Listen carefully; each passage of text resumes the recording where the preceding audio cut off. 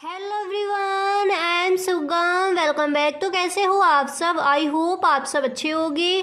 स्वागत है आप सभी का आपके अपने एसपी स्टडी यूट्यूब चैनल पर। तो गाइस, आज हम आपके लिए लेकर आए हैं जो 2023 के बोर्ड एग्जाम का जो आपका पेपर है, उस पेपर का आपका फुल सॉल्यूशन लेकर आए हैं। जो बोर्ड एग्जाम का आपका पेपर है 2023 का समाजशास्त्र का पेपर, उस पेपर के जितने भी आपके प्रश्न है वो सारे प्रश्नों के आंसर इस वीडियो में आपको मिलने वाले हैं। तो देखिए, वीडियो आपको पूरा देखना है, वीडियो को आप बिल्कुल भी स्किप ना करें। तो सबसे पहले आपके इस तरह से 10 बहुविकल्पीय प्रश्न आए हैं।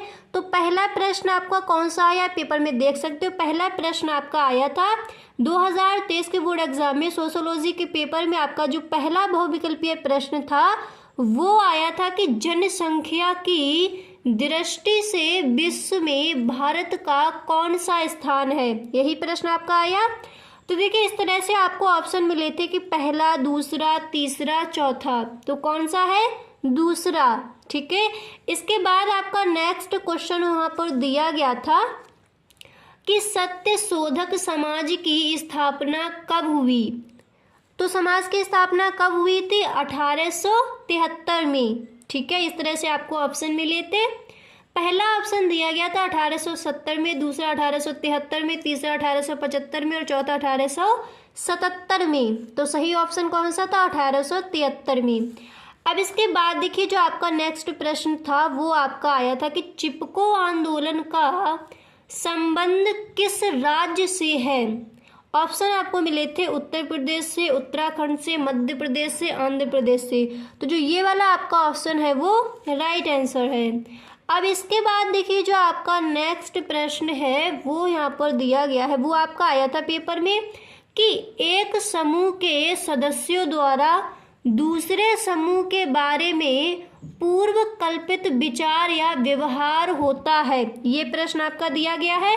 तो इसका देखिए, जो आपका राइट आंसर है वो हो जाएगा रूढ़िवादिता। ऑप्शन आपको इस तरह से मिले थे अंधविश्वास, रूढ़िवादिता, पूर्वाग्रह, इनमें से सॉरी यहाँ पर थोड़ा मिस्टेक हो गया। आपका जो ये वाला आंसर है वो राइट है, पूर्वाग्रह। ठीक है। अंधविश्वास दिया गया था ऑप्शन में, रूढ़िवादिता दिया गया था, पूर्वाग्रह दिया गया था, इनमें से कोई नहीं। तो जो ये वाला आपका ऑप्शन है वो राइट है। अब इसके बाद देखिए, जो आपका नेक्स्ट प्रश्न है कि हरित क्रांति का मुख्य कारक है, ये तो आपको भी पता है कौन सा है? रासायनिक खाद और बीज। ऑप्शन आपको मिले थे उपजाऊ भूमि, वर्षा, शिक्षा, रासायनिक खाद और बीज। तो जो ये वाला आपका ऑप्शन है ये राइट था। अब इसके बाद देखिए, जो आपका नेक्स्ट बहुविकल्पीय प्रश्न आया था आपका बोर्ड एग्जाम के पेपर में, सोशियोलॉजी के पेपर में, कि राज्य क्या है। तो ऑप्शन आपको दिए गए थे एक समूह है, एक संस्था है या फिर एक समुदाय है। तो क्या है? एक समुदाय। अब इसके बाद देखिए, जो आपका अगला प्रश्न है, बहुविकल्पीय प्रश्न आपके 10 पूछे गए। तो इनमें आपको जो 7वां प्रश्न है वो यहाँ पर दिया गया है कि परंपराओं को त्याग कर नए विचारों को ग्रहण करना कहलाता है। तो क्या कहलाता है? आधुनिकीकरण कहलाता है। ऑप्शन आपको दिए गए थे निरपेक्षीकरण, समाजीकरण, संस्कृतकरण। तो क्या हो जाएगा? आधुनिकीकरण। अब इसके बाद जो आपका अगला प्रश्न है वो आया था बहुविकल्पीय प्रश्न में कि जनसंख्या वृद्धि के सिद्धांत से कौन संबंधित है। तो कौन संबंधित है? माल्थस। ऑप्शन आपको दिए गए थे सोरोकिन, वेबर, टॉजिन। तो कौन है? माल्थस। अब इसके बाद जो आपका अगला प्रश्न है वो दिया गया था, 9वां प्रश्न आपका बहुविकल्पीय प्रश्न में पूछा गया था कि भारतीय पुनर्जागरण का पिता किसे कहा जाता है। तो किसे कहा जाता है? राजा राम मोहन राय को। ऑप्शन मिले थे रविन्द्रनाथ टैगोर, महात्मा गांधी या फिर राजा राम मोहन राय। तो यही आपका सही ऑप्शन है। इसके बाद आपका अगला प्रश्न आया था, 10वां प्रश्न था कि प्रिंसिपल ऑफ सोशियोलॉजी के लेखक कौन है। तो कौन है? ये मैंने आपको बताया अभी तक कि हर्बर्ट स्पेंसर। आपको ऑप्शन मिले थे ऑर्गन, दुर्खीम। अब यहाँ पर देखिए, मैंने कौन कौन से आपको प्रश्न बताए थे जो आपके इस बार के बोर्ड एग्जाम में आए हैं। यहाँ पर देखिए मैंने आपको पहला ये बताया था, ठीक है, इंपॉर्टेंट जब क्वेश्चन मैंने आपको बताए थे उसमें मैंने आपको बताया था जनसंख्या वाला, ये भी आपका फंसा है, ये तो मैंने आपको नहीं बताई। तीसरा जो आपका दिया गया है ये भी मैंने आपको बताया था। अब इसके बाद जो हरित क्रांति, ये तो मैंने आपको कई बार बताया था, जितने भी इंपॉर्टेंट क्वेश्चन में बताती थी। हरित क्रांति वाला जो आपका है ये मैं प्रश्न भी आपको बताती थी और बहुविकल्पीय प्रश्न भी बताती थी। इसके बाद राज्य क्या है ये भी मैंने आपको बताया था, ये तो नहीं बताया। इसके बाद जो जनसंख्या वृद्धि का सिद्धांत से कौन संबंधित है ये भी मैंने आपको बताया था। इसके बाद देखिए भारतीय पुनर्जागरण का, इसको भी मैंने आपको बताया था, पर इसको नहीं बताया था, प्रिंसिपल ऑफ सोशियोलॉजी।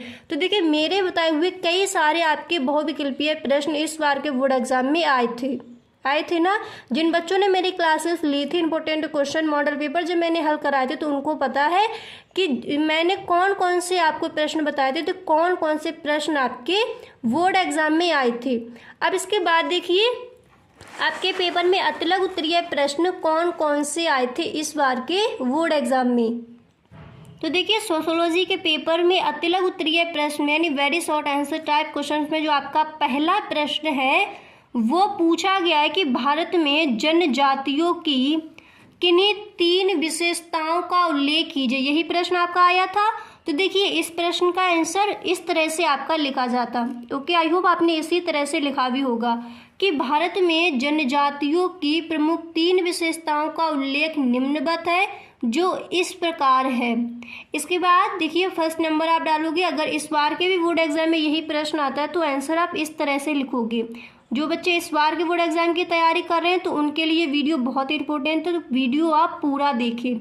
तो इस तरह से लिखोगे कि राजनीतिक दृष्टि से प्रत्येक जनजाति संगठित होनी चाहिए तथा उसकी एक प्रभावशाली जनजाति पंचायत होनी चाहिए। नेक्स्ट पॉइंट डालकर आप लिखोगे कि जनजाति के लोगों का सामाजिक जीवन परंपरागत नियमों से संचालित होना चाहिए। इसके बाद आप लिखोगे प्रत्येक जनजाति के सदस्यों की एक बोली होनी चाहिए। ओके, अब इसके बाद जो आपका अगला प्रश्न है पेपर उठाकर देखिए। प्रश्न अगला क्या दिया गया है, ग्रामीण समाज की 4 विशेषताएं लिखिए। यही प्रश्न है आपका।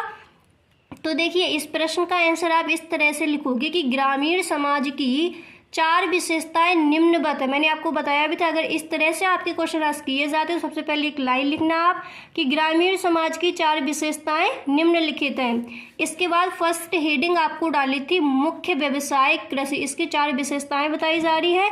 तो पहले यहाँ पर है मुख्य व्यवसाय कृषि। हेडिंग डालने के बाद आप लिखोगे, अगर इस बार भी ये प्रश्न आपका आता है तो आप लिखोगे कि भारतीय ग्रामीण समुदाय यानी गांव की प्रमुख विशेषता कृषि व्यवसाय की प्रधानता है। इसके बाद आपको यहाँ पर नेक्स्ट हेडिंग डालनी थी नेक्स्ट हेडिंग आपकी पड़ेगी धर्म और परंपराओं का अधिक महत्व। और फिर इसमें आपको लिखना था कि भारतीय ग्रामीण समाज में धर्म और परंपराओं को अधिक महत्व प्रदान किया जाता है। इसके बाद देखिए जो आपकी नेक्स्ट हेडिंग थी वो आपको यहाँ पर डाले कि अशिक्षा, भाग्यवाहकता और जीवन का निम्न स्तर, ये आपकी तीसरी विशेषता है। तो इसमें आपको लिखना था कि जनगणना 2011 के आंकड़ों के आधार पर देखा जाए तो आज भी ग्रामीण समाज की अधिकांश जनसंख्या अशिक्षित है। इस तरह से आपको इस हेडिंग में लिखना था।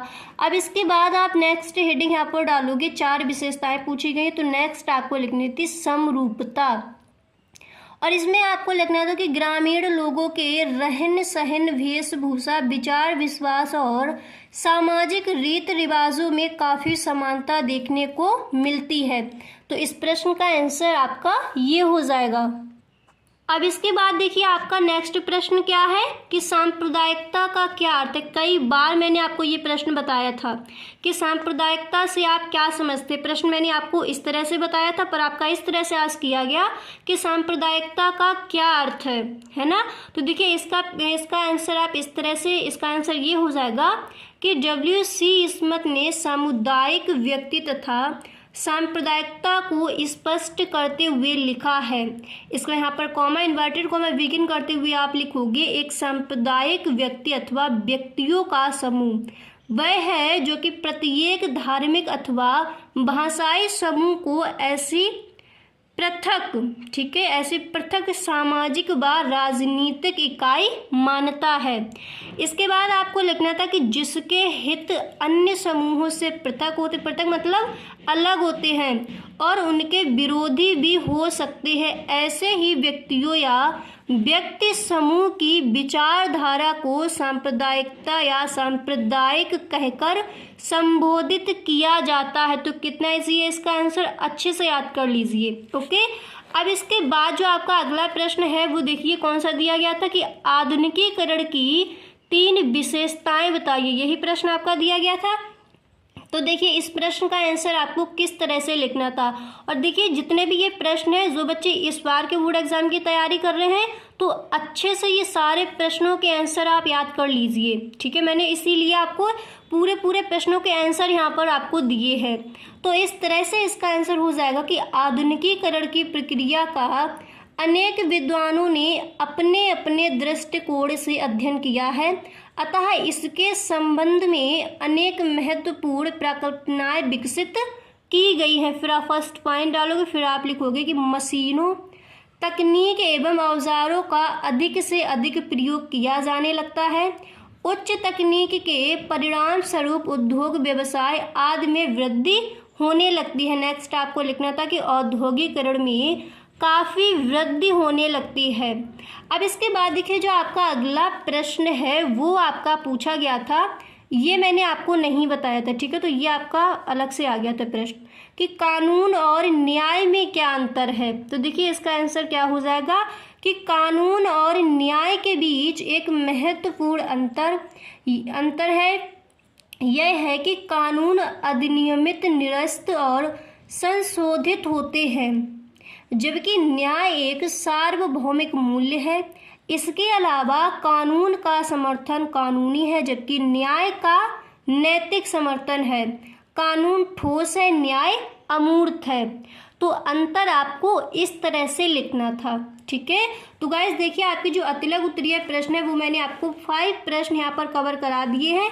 अब देखिए नेक्स्ट वीडियो में आपको बताऊंगी जो अतिलक उत्तरीय प्रश्न आपके रह गए हैं वो भी सारे प्रश्न आपको कवर करा दूंगी। उसके बाद जो आपके देखिए लघु उत्तरीय प्रश्न और जो विस्तृत उत्तरीय प्रश्न आपके रहेंगे नेक्स्ट वीडियो मतलब पूरा पेपर आपको मिल जाएगा। तो नेक्स्ट वीडियो आप देखना बिल्कुल भी ना भूलें। तो गाइस आज के लिए बस इतना ही, मिलते हैं नेक्स्ट वीडियो में। आई होप आपको वीडियो पसंद आया होगा। अगर आपको वीडियो पसंद आया है तो वीडियो को एक लाइक कर दे, अगर पसंद नहीं आया है तो वीडियो को आप डिसलाइक करके भी जा सकते हो। Okay, thank you.